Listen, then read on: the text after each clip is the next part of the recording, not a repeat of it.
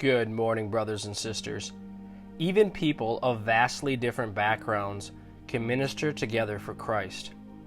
During the time between the Old and New Testaments, a fiery revolutionary named Judas Maccabees led the Jewish people in a revolt against Greek influences on their nation and religion. The spirit of that movement was captured in this statement from the apocryphal book of 1 Maccabees, quote, "Be zealous for the law, and give your lives for the covenant." 1 Maccabees 2:50.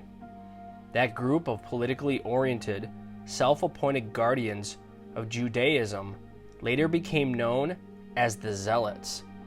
During the New Testament period, Zealots conducted terrorist activities against Rome in an effort to free Israel from Roman oppression. Their activities finally prompted Rome to destroy Jerusalem in AD 70 and slaughter people in 985 Galilean towns.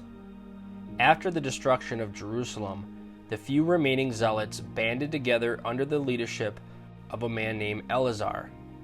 Their headquarters was at a retreat called Masada. When the Romans laid siege to Masada and the zealots knew defeat was imminent, they chose to kill their own families and commit suicide themselves rather than face the death at the hands of the Romans. It was a tragedy of monumental proportions, but such was the depth of their fiery zeal for Judaism and their hatred for their political enemies.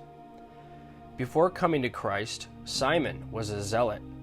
Even as a believer, he must have retained much of his zeal, redirecting it in a godly direction.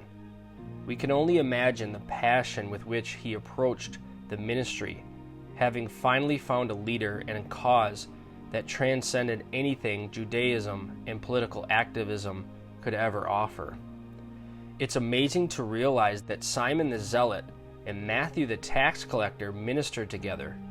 Under normal circumstances, Simon would have killed a traitor like Matthew, but Christ broke through their differences, taught them to love each other, and use them for his glory.